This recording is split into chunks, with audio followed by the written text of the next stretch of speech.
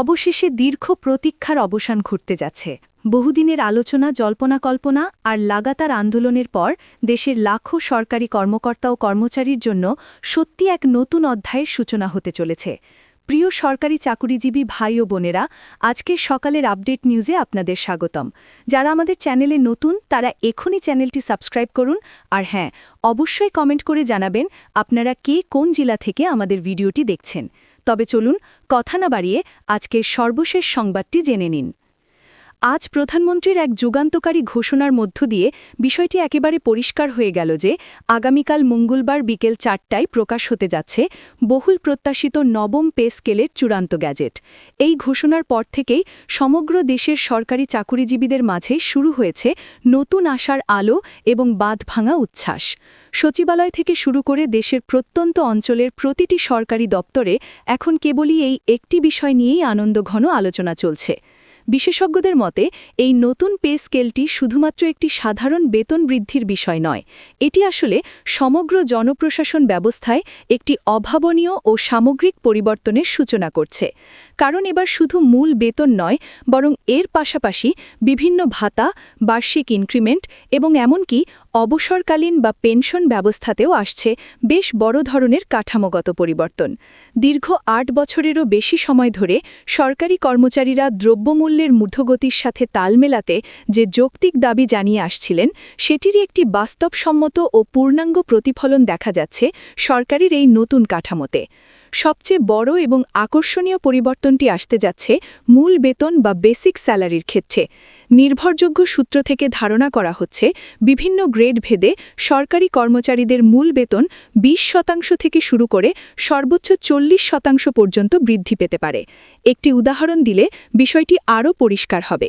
এতে করে একজন 10ম গ্রেডের কর্মকর্তা, যার বর্তমান বেসিক ধরা যাক 16,000 টাকা, নতুন পে স্কেলে সেটি 1 লাফে বেড়ে হতে পারে প্রায় 22,000 থেকে 24,000 টাকার কাছাকাছি। অর্থাৎ শুধুমাত্র বেসিক বা মূল বেতনেই বৃদ্ধি পাচ্ছে প্রায় 6,000 থেকে 8,000 টাকা পর্যন্ত।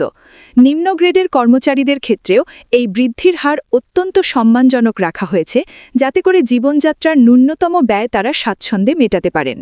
এখন যদি এই বর্ধিত মূল বেতনের সাথে অন্যান্য ভাতাদি যোগ করা হয়, যেমন বাড়ি ভাড়া ভাতা, চিকিৎসা ভাতা, যাতায়াত ভাতা এবং সন্তানদের শিক্ষা ভাতা, তাহলে মাস শেষে প্রাপ্ত মোট বেতনের পরিমাণ আরও অনেক বেশি হয়ে দাঁড়ায়। ধরুন, আগে একজন সাধারণ কর্মচারী সব মিলিয়ে মোট বেতন পেতেন 25,000 টাকা। নতুন কাঠামো অনুযায়ী সেটি অনায়াসেই বেড়ে দাঁড়াতে পারে 35,000 থেকে 40,000 টাকার মধ্যে।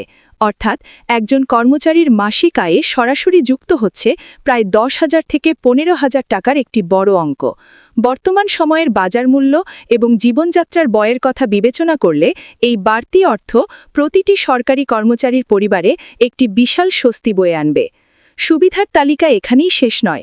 বার্ষিক ইনক্রিমেন্ট বা বেতন বৃদ্ধির ব্যবস্থাতেও আসছে অত্যন্ত যুগান্তকারী পরিবর্তন।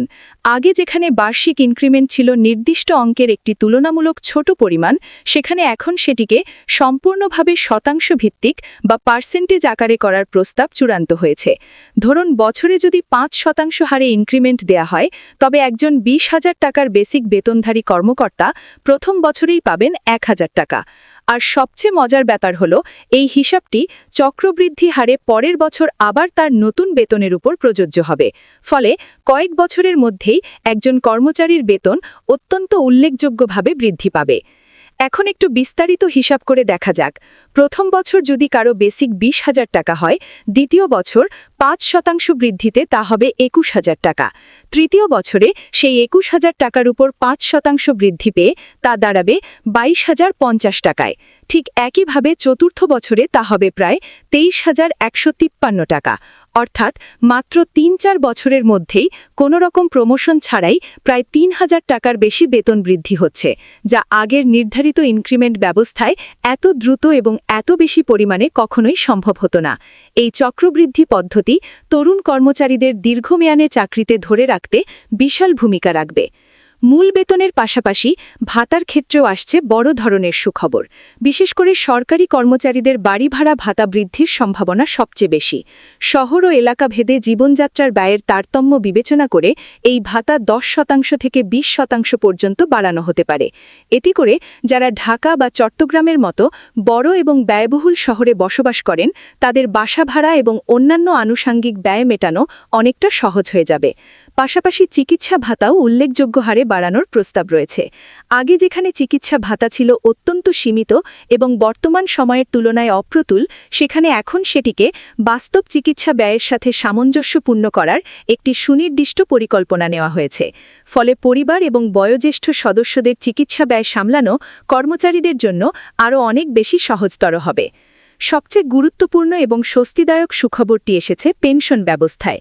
নতুন পে স্কেলে অবসরপ্রাপ্ত সরকারি কর্মচারীদের জন্য মাসিক পেনশন বাড়ানোর পাশাপাশি সমগ্র ব্যবস্থাটিকে আরও টেকসই ও যুগোপযোগী করার উদ্যোগ নেওয়া হয়েছে। ধারণা করা হচ্ছে পেনশন হিসাবের ভিত্তি হিসাবে সর্বশেষ প্রাপ্ত বেতনের একটি অনেক বড় অংশ শতকরা হারে ধরা হবে। উদাহরণস্বরূপ বলা যায়, ধরুন একজন কর্মকর্তা অবসরের ঠিক আগে 40,000 টাকা বেসিক বেতন পাচ্ছেন। নতুন নিয়মে যদি 80% পেনশন নির্ধারণ করা হয় তাহলে তিনি অবসরের পর প্রতি মাসে পাবেন প্রায় 32,000 টাকা। আগে যেখানে এই প্রাপ্তির পরিমাণ আনুপাতিক হারে অনেক কম ছিল, সেখানে এটি একটি বিশাল এবং ইতিবাচক পরিবর্তন। আরও একটি অত্যন্ত গুরুত্বপূর্ণ বিষয় হল মাসিক পেনশনের সাথে সাথে এককালীন গ্র্যাচুইটি সুবিধাও ব্যাপক হারে বৃদ্ধি পেতে পারে। এতে করে সরকারি চাকরি শেষে অবসরের সময় একজন কর্মচারী এককালীন একটি অনেক বড় অঙ্কের টাকা হাতে পাবেন। এই বড় অঙ্কের টাকা তাদের ভবিষ্যৎ জীবনের জন্য সন্তানদের উচ্চশিক্ষা, বিবাহ বা মাথা গোজার একটি স্থায়ী ঠিকানা তৈরির জন্য একটি অত্যন্ত শক্তিশালী নিরাপত্তা বেষ্টনী হিসেবে কাজ করবে। শেষ বয়সে এসে কাউকে আর অন্যের মুখাপেক্ষী হয়ে থাকতে হবে না। এই নতুন এবং আকর্ষণীয় পে স্কেল বাস্তবায়নের পেছনে একটি বড় কারণ ছিল দেশের সাধারণ সরকারি কর্মচারীর দীর্ঘদিনের পুঞ্জীভূত দাবি এবং নিয়মতান্ত্রিক আন্দোলন। বিভিন্ন সময় তারা কর্মবিরতি, মানববন্ধন, সামরিক লিপি প্রদান এবং সরকারের উচ্চ পর্যায়ের সাথে ধারাবাহিক আলোচনা ও বৈঠক চালিয়ে গেছেন। সব মিলিয়ে এই যৌক্তিক দাবিগুলো সরকারকে একটি ইতিবাচক সিদ্ধান্ত নিতে এক প্রকার বাধ্য করেছে বলা চলে। তবে এবার যে বেতন কাঠামোটি আলোর মুখ দেখতে যাচ্ছে, সেটি আগের যে কোনো পে স্কেলের তুলনায় অনেক বেশি বাস্তবসম্মত, বিজ্ঞানভিত্তিক এবং কর্মচারী বান্ধব বলে মনে করছেন অর্থনীতিবিদ ও জনপ্রশাসন বিশেষজ্ঞরা। এখন স্বাভাবিকভাবেই একটি বড় প্রশ্ন জনমনে উকি দিচ্ছে, এই বিপুল অর্থ ব্যয়ে নতুন পে স্কেল কার্যকর হলে দেশের সামগ্রিক অর্থনীতিতে এর ঠিক কী ধরনের প্রভাব পড়বে। প্রথমত, সরকারি কর্মচারীদের হাতে যখন অতিরিক্ত অর্থ যাবে তখন স্বাভাবিকভাবেই তাদের ক্রয় ক্ষমতা ব্যাপকভাবে বৃদ্ধি পাবে। লাখ লাখ পরিবারের এই বর্ধিত ক্রয় ক্ষমতার ফলে দেশের বাজারে নিত্য প্রয়োজনীয় জিনিসপত্র থেকে শুরু করে বিলাসবহুল পণ্যের দাবিও বাড়বে। এই বাড়তি দাবি দেশের সামগ্রিক অর্থনীতিকে চাঙ্গা করতে, উৎপাদন বাড়াতে এবং ব্যবসা বাণিজ্যের নতুন গতি আনতে বিরাট সহায়তা করবে। দ্বিতীয়ত, কর্মচারীদের জীবনমান যখন উন্নত হবে এবং তাদের আর্থিক দুশ্চিন্তা দূর হবে, তখন তাদের কর্মদক্ষতা এবং কাজের প্রতি মনোযোগ বহুগুণে বাড়াতে এটি সহায়তা করবে।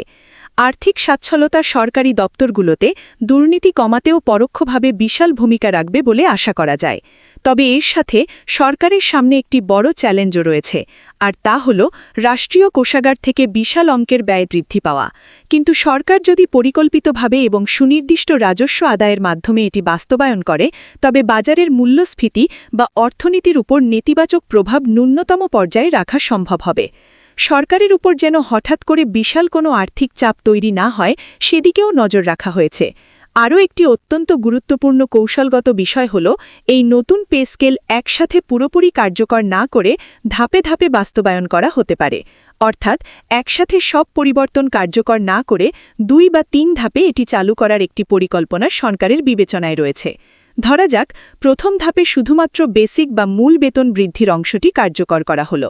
এরপর দ্বিতীয় ধাপে বাড়ি ভাড়া ও অন্যান্য ভাতা বৃদ্ধি করা হলো এবং চূড়ান্ত বা তৃতীয় ধাপে পেনশন ও অন্যান্য আনুষঙ্গিক সুবিধাগুলো বাস্তবায়ন করা হলো। এইভাবে ধাপে ধাপে একটি সুপরিকল্পিত প্রক্রিয়ায় বাস্তবায়ন করলে পুরো প্রক্রিয়াটি সরকারের জন্য আরও সহজ ও টেকসই হবে। সব মিলিয়ে এই মুহূর্ত পর্যন্ত যে বিষয়গুলো বিভিন্ন মাধ্যমের সামনে এসেছে তা থেকে একটি বিষয় একদম পরিষ্কার বোঝা যায় যে এই নবম পে স্কেল কেবল একটি প্রথাগত নিয়ম পরিবর্তন নয়, এটি বরং একটি অনেক বড় ধরনের নীতিগত এবং যুগান্তকারী সিদ্ধান্ত যা দীর্ঘ সময়ের জন্য দেশের সরকারি চাকুরিজীবীর জীবন এবং যাপনে গভীর প্রভাব ফেলতে পারে। আর ঠিক সেই কারণেই এই ঘোষণাকে ঘিরে সাধারণ মানুষের আগ্রহ, প্রত্যাশা এবং আলোচনা সবকিছুই এখন চরম পর্যায়ে পৌঁছেছে। এই মুহূর্তে সবচেয়ে বড় অর্জনটি হচ্ছে সরকারের প্রতি কর্মচারীদের আস্থা ফিরে পাওয়া। ভিডিওটি খুবই জরুরি, তাই দয়া করে সবার সাথে ভিডিওটি শেয়ার করতে ভুলবেন না। আর নতুন ভিডিও আপডেট পেতে এখনই চ্যানেলটি সাবস্ক্রাইব করুন।